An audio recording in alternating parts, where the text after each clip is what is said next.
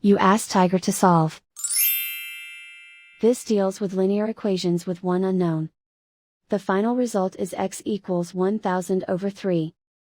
Let's solve it step by step. Isolate the x. Multiply both sides by inverse fraction 4 over 3. Group like terms. Multiply the coefficients. Simplify the fraction. Multiply the fractions. Simplify the arithmetic. And so the final result is x equals 1000 over 3.